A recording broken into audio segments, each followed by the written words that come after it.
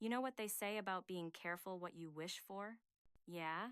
Well, nobody warned me about that when I was 26 and thought I had everything figured out. They never tell you that sometimes the thing you wish for, the freedom, it just leads you to a different kind of cage, a colder one. My story isn't a happy one, but it's the truth. Make sure to hit that like button if you get what I'm trying to say, and subscribe if you've ever felt like you were disappearing. I'm Lara, and 3 months ago, my entire world imploded. By my own design. Pause. Marcus and I had been together for 5 years. 5. I met him when I was 21, fresh out of college and drowning in the chaos of Chicago. He was 24, working in finance, and he seemed like a lighthouse in a storm. He had this intensity, a laser focus on everything. His career, our budget, our future. He wasn't like the aimless guys I'd known, the ones who floated through life on a cloud of cheap beer and vague promises. Marcus had a plan, a 5-year plan, a 10-year plan, a plan for our retirement, probably mapped out on some color-coded spreadsheet I was never allowed to see. Back then, I found it romantic. I thought, wow, this man loves me so much he's already building the architecture of our lives. But here's the secret no one tells you about dating a man who treats life like a business acquisition. It's exhausting. Utterly, soul-crushingly exhausting. He'd come home from his 12-hour day, kiss me on the forehead, and immediately launch into a debrief. Hey, so I rebalanced our investment portfolio. The yield on the international fund was underperforming. Or, I reviewed our Q3 spending. We're 7% over budget on discretionary categories. We need to synergize our efforts to cut back. He spoke about our relationship in corporate jargon. Our love wasn't a feeling, it was a metric. Our home wasn't a sanctuary, it was an asset. I wasn't his partner, I was his project. A project he was constantly trying to optimize. Alara, that art history class you're taking? What's the ROI on that for your career development? I felt like I was living with a CEO instead of a boyfriend. Then, my dad died. It wasn't slow. It wasn't expected. He was on a hiking trip in the Rockies. A sudden rock slide. Gone. Just gone. My world didn't just crumble. It turned to dust. Marcus tried to be supportive. In his own, methodical way. He turned my grief into another problem to be solved. Another project to be managed. He created a grief action plan. I'm not kidding. It had bullet points. Scheduled crying time. A list of approved therapists. One evening, about a month after the funeral, he sat me down with this look on his face. The one he got when he was about to unveil a brilliant strategic pivot at work. I've found the solution, he announced, his voice calm and resolute. I just stared at him, numb. We're moving, he said. I've been looking at properties in Evanston. You can be closer to your mom. We'll sell my condo downtown, and I'll quit my job. I can find something in the suburbs. This will be a more stable environment for your emotional recovery. He said it like he had just solved world hunger. And I just let him do it. I was too hollowed out by grief to argue. Too tired to point out that maybe, just maybe, I didn't want him to detonate his entire life and then hand me the bill for his sacrifice. Watching him pack up his life in the city, his friends, his career track, the life he had painstakingly built, it didn't fill me with gratitude. It filled me with a quiet, creeping dread. It felt like he was shackling me to him with a chain made of his own martyrdom. Now I owed him. I owed him this massive, unpayable debt for a solution I never even asked for. I was suffocating, and he just kept piling on the gold. The move to the quiet, tree-lined streets of Evanston made everything worse. It was supposed to be a fresh start, a peaceful retreat. Instead, it felt like a beautifully decorated prison cell. Marcus, now the primary breadwinner while I floated between part-time jobs, became even more obsessed with finances.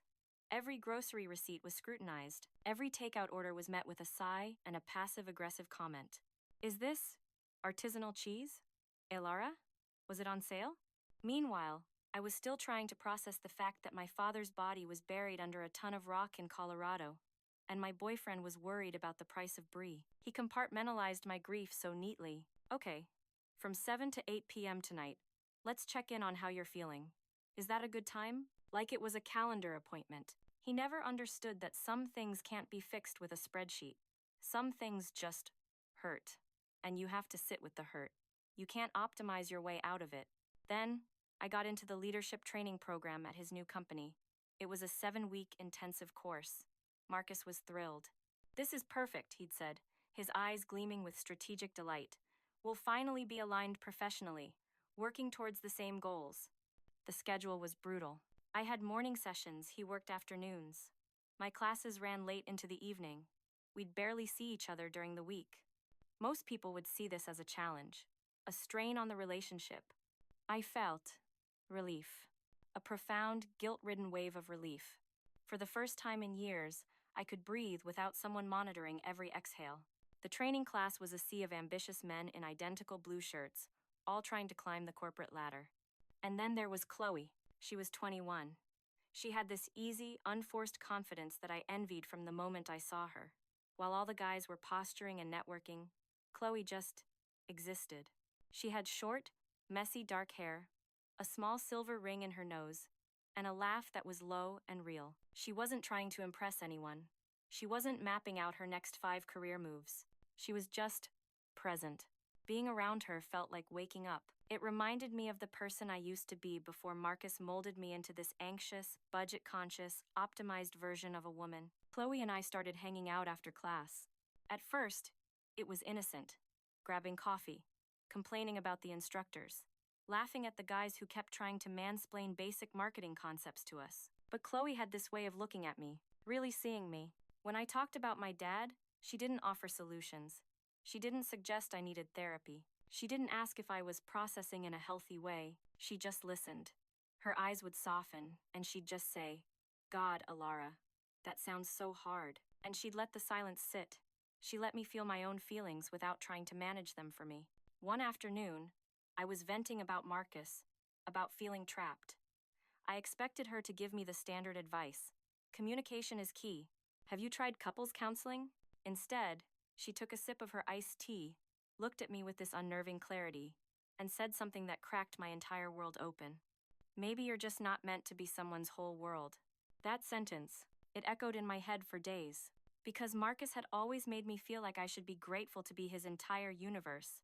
His devotion was supposed to be this precious gift, but it wasn't a gift, it was a burden, a crushing, suffocating weight.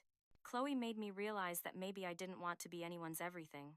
Maybe I just wanted to be me, without constantly worrying about disappointing someone, without living up to their suffocating expectations. Maybe I just wanted to exist. The night it all shattered was the Thursday before Labor Day weekend. We were at this dingy dive bar near the training center. The air was thick with the smell of stale beer and desperation. It felt a million miles away from the sterile, perfect life Marcus was curating for us. Chloe was telling me about her ex. And it was just so liberating, you know? To stop pretending to be someone I wasn't, just to make my family comfortable. She paused, swirling the ice in her drink. My ex-girlfriend taught me that. Girlfriend, the word just hung there in the air. I'd never seriously considered being with a woman. It wasn't even on my radar. But sitting there, across from Chloe, feeling more understood than I had in 5 years with Marcus, something inside me shifted, a tectonic plate deep in my soul. When she leaned across the sticky table, her dark eyes searching mine, and kissed me, I didn't pull away. I didn't overthink it. I didn't do what the Marcus-trained version of me would have done. I just kissed her back. And for the first time in what felt like a lifetime, I felt genuinely, thrillingly alive. Not just going through the motions of existing. Alive. I sent Marcus a text.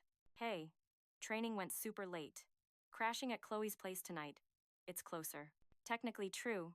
Obviously not the whole truth. But I didn't care about the technicalities anymore. I spent the night talking with Chloe. About everything. My frustrations with Marcus. My fears for the future. The dreams I had nothing to do with his carefully constructed 10-year plan. When she kissed me again, in the quiet of her small, messy apartment, it felt like waking up from a long, suffocating dream. I wasn't thinking about Marcus. I wasn't thinking about our relationship. I wasn't thinking about what any of this meant. I was just there, present, for the first time in years. Coming home the next morning felt like walking into a prison. Marcus was waiting, pacing in the kitchen. He had this wounded puppy look on his face, the kind that was designed to make me feel instantly guilty. "Where were you?" he asked. He was trying to sound casual, but I could hear the accusation churning beneath the surface. I told you, I texted. I stayed at Chloe's. He kept pushing, interrogating, turning my choice into a crime scene that needed to be investigated. We need to discuss this later, he finally said, his tone clipped and managerial, like I was a subordinate who'd missed a deadline, not a grown woman who had made her own choice.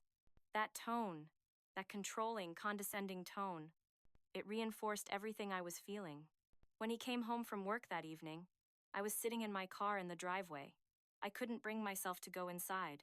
I didn't want to pretend everything was normal. I didn't want to act like I was the same person who'd left the house yesterday morning. He came out to the car, tapping on the window. He opened the door and launched right into his concerned boyfriend routine. What's wrong, Alara? Is this about our conflicting schedules? We can work on this. We just need to communicate better. Maybe adjust our... I was done. Done pretending. Done letting him turn every raw human emotion into a problem-solving session. Chloe and I kissed last night, I said. Just like that. No build-up. No careful explanation. Just the raw, brutal truth hanging in the humid evening air between us. His face cycled through about 5 different emotions in 3 seconds. Shock, hurt, confusion, anger, and then this weird, calculating look, like he was trying to solve a complex equation that had suddenly gone wrong. You kissed her? He repeated, as if he'd misheard. And then he started to cry. Actually cry. Big, gulping sobs, right there in our driveway. Like some pathetic scene from a bad romantic movie. And I didn't feel guilt. I didn't feel pity. I felt annoyed. Of course he would make this about his feelings. Of course he would turn my one moment of clarity, my one act of rebellion, into his own personal tragedy. He started babbling, but I was planning to propose, he choked out between sobs. I've been saving for a ring. I was going to talk to your mom next month. He kept painting this picture of a future he'd constructed entirely in his own head. A future he'd never really asked if I wanted. I was ready to marry you, he kept saying. And I wanted to scream. You were ready to marry the version of me that existed in your imagination, the one who fit neatly into your spreadsheets. You were never ready to marry the real me, because you never even bothered to find out who she was. He was too busy molding me into his ideal partner to notice that I was disappearing, that I was already gone. He threw some clothes in a bag and left that night, just got in his car and drove off into the darkness. And the first thing I felt was relief. The silence in the apartment after Marcus left was deafening and wonderful. For the first 24 hours, it felt like I had finally surfaced after being held underwater for 5 years. I could breathe. But then the texts started. And the calls. They weren't angry messages, which would have been easier to ignore. They were desperate, pleading. We can work through this, Alara. I love you. I'll do anything. Each message was a small, sharp stab of guilt. Chloe came over the next day and found me sitting on the floor, crying. Not because I missed Marcus, but because I felt so guilty for not missing him. She sat down next to me, wrapped her arm around my shoulders, and said, "You don't owe him a relationship just because he's a decent guy." It felt like she'd given me permission. Permission to feel what I was actually feeling, instead of what I thought I should feel. We spent the day talking, and when Marcus showed up unexpectedly that afternoon, looking for me, Chloe was right there beside me. Seeing them in the same room was jarring. Marcus, with his serious, pained expression, his desperate need to talk things through, to find a rational solution. And Chloe, with her easy confidence, her calm acceptance of whatever I decided. "Can you please leave?" Marcus said to her, not even looking at her. "This is a private matter. We need to work this out." He saw her as an obstacle, an error in the code of our relationship. He couldn't understand that this wasn't something to be fixed. This was me choosing something completely different. I told him I needed space, that he should go stay with his family for a while. But I didn't need space from Chloe. I needed space from his plans, his expectations, his version of who I was supposed to be. With Chloe, there were no expectations. She didn't ask me to define what we were. She didn't map out our future. She just let me be. Then Marcus's family started calling. His sister, Lena, his mom. They had always treated me like family. Now they treated me like a traitor. "How could you do this to him, Alara?" Lena cried over the phone. "He gave up his entire life in Chicago for you. He sacrificed everything. How do you explain to someone's family that their son's love felt like a cage? That his devotion was suffocating? They only saw his pain. My betrayal. They couldn't see the years I'd spent slowly vanishing. Then, Chloe posted a video on her social media. Nothing scandalous. Just a short clip of us at a coffee shop, laughing about something. I leaned my head on her shoulder. It was affectionate, intimate, clearly romantic. I didn't ask her to post it, but I didn't ask her to take it down either. Maybe a part of me wanted Marcus to see it. Wanted him to understand this wasn't some temporary lapse in judgment. This was me. Choosing. Of course he saw it. So did his family. My family. People from work. Suddenly, my private life was public entertainment. My own mother called. "Are you having some kind of crisis, Alara? Maybe you should talk to someone." But the worst part was Marcus himself. He showed up at my door one night. Not angry, not violent, just broken. "What did I do wrong?" he kept asking, his voice hollow. "Just tell me what I could have done differently." And I wanted to tell him, "You didn't do anything wrong by society standards. You were a good boyfriend, a provider, a planner. But being a good boyfriend isn't the same as being the right person for someone. You can do everything right and still be completely, utterly wrong for each other." The practical realities hit me like a tidal wave. He took back the car, which was in his name. Fair enough, but it left me stranded. He sent a formal email stating that I had 30 days to remove my belongings from the apartment, as he was the only one on the lease and couldn't afford the rent alone. Suddenly, this grand emotional freedom I was chasing had a price tag, and I couldn't afford it. Chloe was amazing. She said I could stay with her. She drove me to work. She didn't make me feel like a burden. But I could see it in the eyes of her friends. This messy, older woman who'd just blown up her stable, 5-year relationship and was now crashing on their friend's couch. The doubts started to creep in, whispering in the dark. "Did you make a huge mistake?" But then I'd remember the feeling of drowning with Marcus, and I'd push the thoughts away. This was my chance. My chance to finally figure out who I really was. Or so I told myself. 3 months. That's how long my new life lasted. 3 months of crashing on Chloe's couch, which turned into sharing her bed. 3 months of feeling like a teenager again, living in the moment, ignoring the storm clouds gathering on the horizon. The leadership program ended. They didn't offer me a permanent position. A tight quarter, they said. I knew it was an excuse. I was the office gossip, the unstable one. The illusion began to crumble piece by piece. And then Chloe shattered what was left of it. She did it gently. That was the worst part.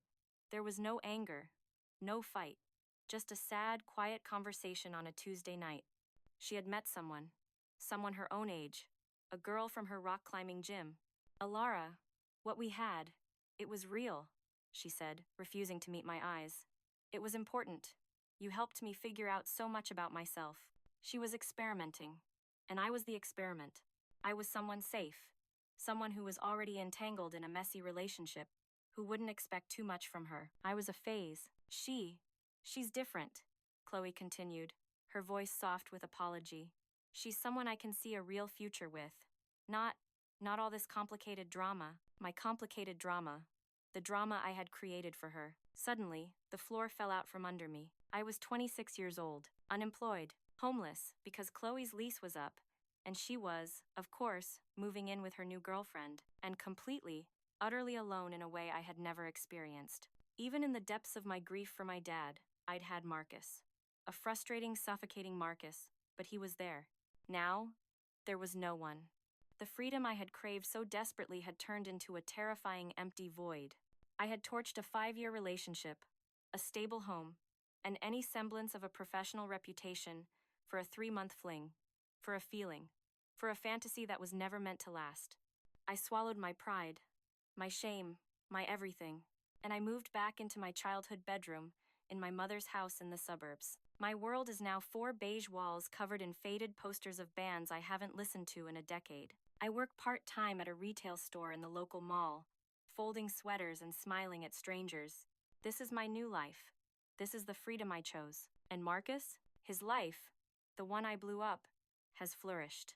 I see it on social media. I can't help but look. It's like picking at a wound. He moved back to Chicago. He got a promotion at a rival firm, a better job than the one he left for me. He reconnected with all his old friends, the ones I'd never bothered to get to know. He posts pictures from hiking trips, from fancy dinners, from overseas vacations. He looks happy, genuinely, breathtakingly happy, in a way he never did with me. It's not because he's with someone new. He isn't. It's because he's free. Free from the weight of my resentment. Free from my constant dissatisfaction. Free from the endless, thankless task of trying to make me happy. A few weeks ago, I worked up the courage to send him a message.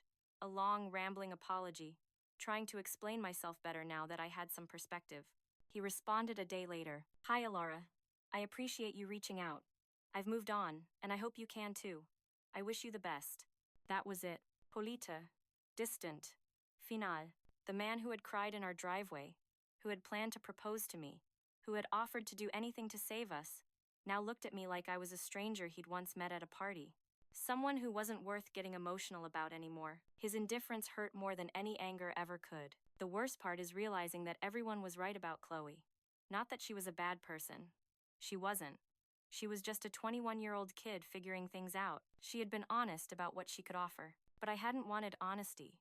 I had projected all my fantasies about freedom and authenticity onto her.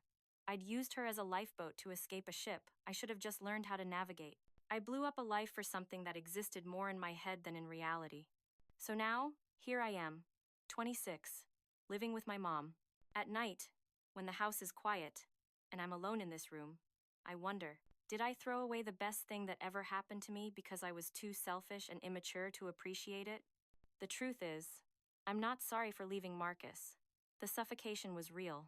But I am so sorry for how I did it. And I am definitely sorry for where it left me.